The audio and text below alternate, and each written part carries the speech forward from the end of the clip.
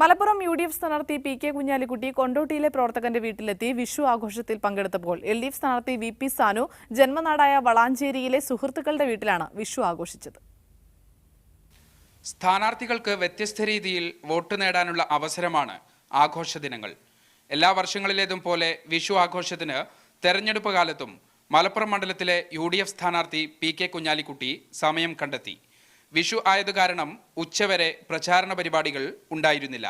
രാവിലെ കൊണ്ടോട്ടിയിലെ പ്രവർത്തകന്റെ വീട്ടിലെത്തിയാണ് കുഞ്ഞാലിക്കുട്ടി വിഷു ആഘോഷത്തിൽ പങ്കെടുത്തത്. വീട്ടുകാർക്കൊപ്പം സദ്യയും കഴിച്ചാണ് കുഞ്ഞാലിക്കുട്ടി മടങ്ങിയത്. മലപ്പുറം എൽ.ഡി.എഫ് സ്ഥാനാർത്ഥി വി.പി. സാനു രാവിലെ അല്പസമയത്തെ മണ്ഡല പര്യടനത്തിനു ശേഷം ജന്മനാടായ വളാഞ്ചേരിയിലെത്തിയാണ് വിഷു ആഘോഷത്തിൽ പങ്കുചേർന്നത്. എല്ലാ വർഷങ്ങളിലും ആഘോഷത്തിൽ ഒരുമിച്ച് കൂടുന്ന സുമേഷിന്റെയും സുരേഷിന്റെയും വീട്ടിൽ സാനു എത്തി.